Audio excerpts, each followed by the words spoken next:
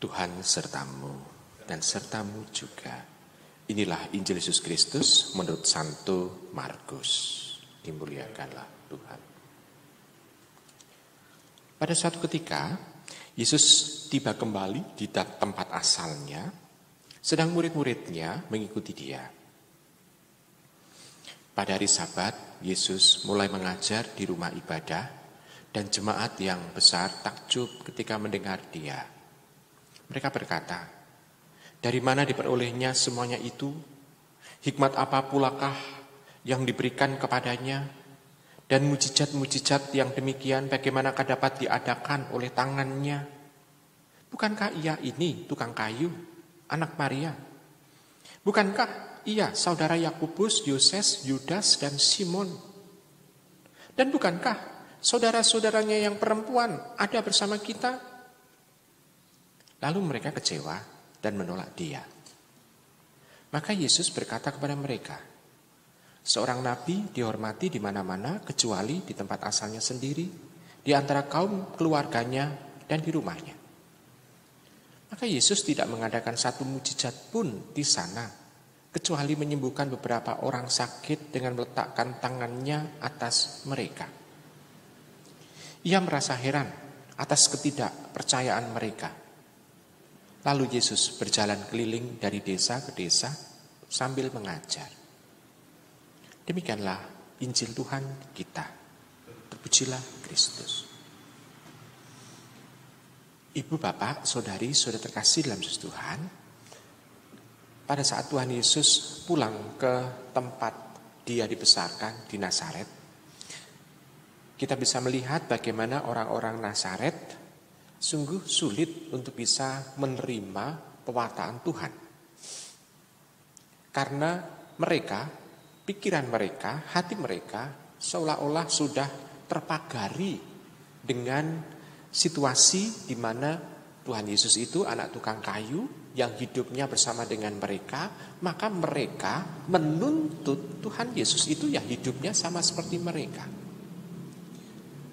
Sehingga pada saat mereka tahu bahwa Tuhan Yesus bisa membuat mujizat, Tuhan Yesus bisa mengajar dengan hikmat segala macam, bagi mereka itu adalah istilahnya di luar nalar mereka atau di luar pikiran mereka, tidak mau terima dengan situasi seperti itu.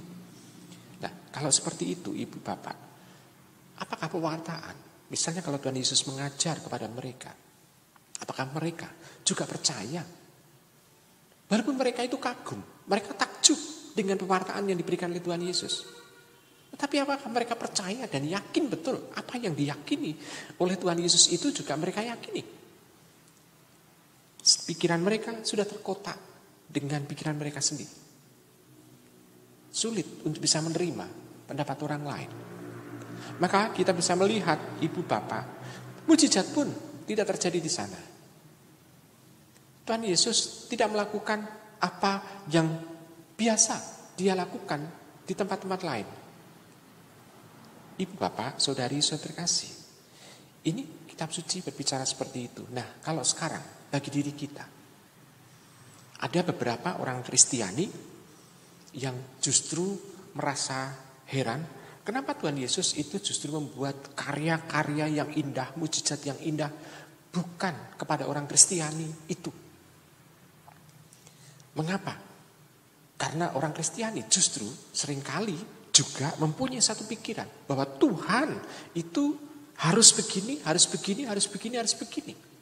Sudah mempunyai semacam kotak, frame, bingkai yang sungguh-sungguh tidak boleh out of the box atau pikiran di luar kotak itu.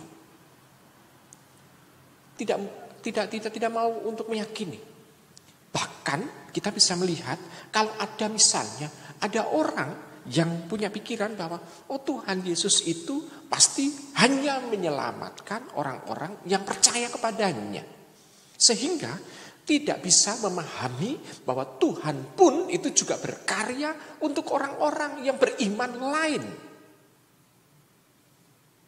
yang tidak percaya kepadanya. Sulit untuk bisa diterima.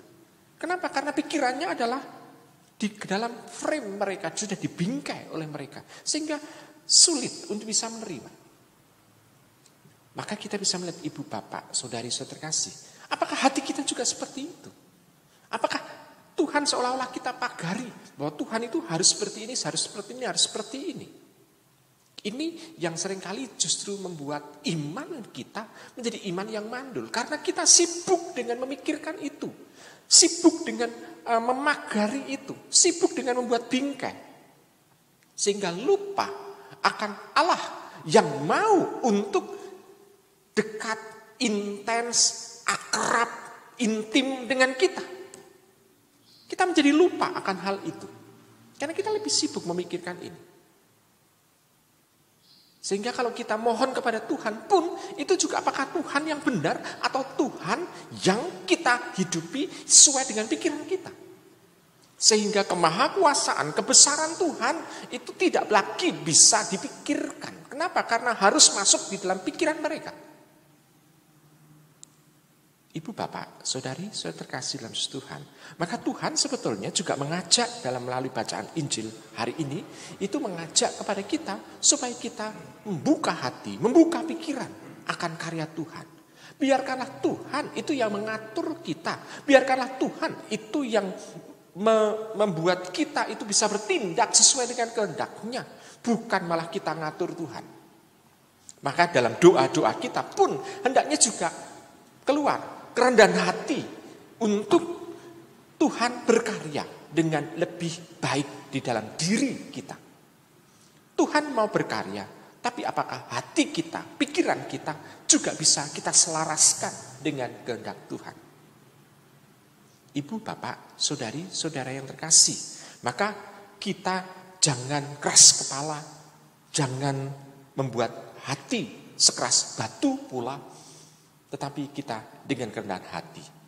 Hati yang lembut, pikiran kita yang terbuka, sehingga kita akan mampu untuk bisa melihat, oh ternyata Tuhan berkarya melalui diri kita.